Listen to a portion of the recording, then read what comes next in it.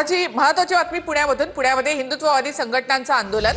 शनिवार वाड्याच्या समोर हिंदुत्ववादी संघटनांनी रास्ता रोको आंदोलन केलं आहे। मोठा पोलीस बंदोबस्त या ठिकाणी तैनात करण्यात आलेला आहे। गुरुवार पेठेमधील अतिक्रमण काढण्यासंदर्भात हा रास्ता रोको करण्यात आलेला आहे।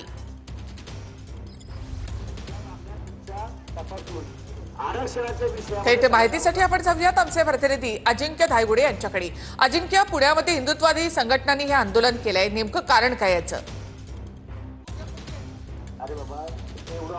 हो, नक्कीच। खरं तर विधान परिषदेचे आमदार योगेश टिळेकर यांच्या नेतृत्वात हे सगळे जे हिंदू संघटना आहेत त्यांच्याकडून हे आंदोलन सुरू आहे।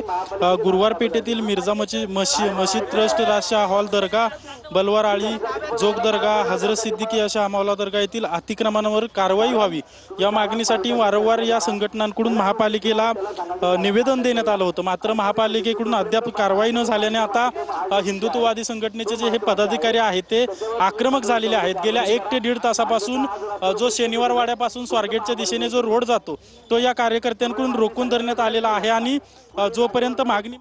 नक्कीच, धन्यवाद अजिंक्य एकूणच माहितीबद्दल। तर पुण्यामध्ये हिंदुत्ववादी संघटनांनी हे आंदोलन सुरू केलंय। शनिवार वाड्यासमोर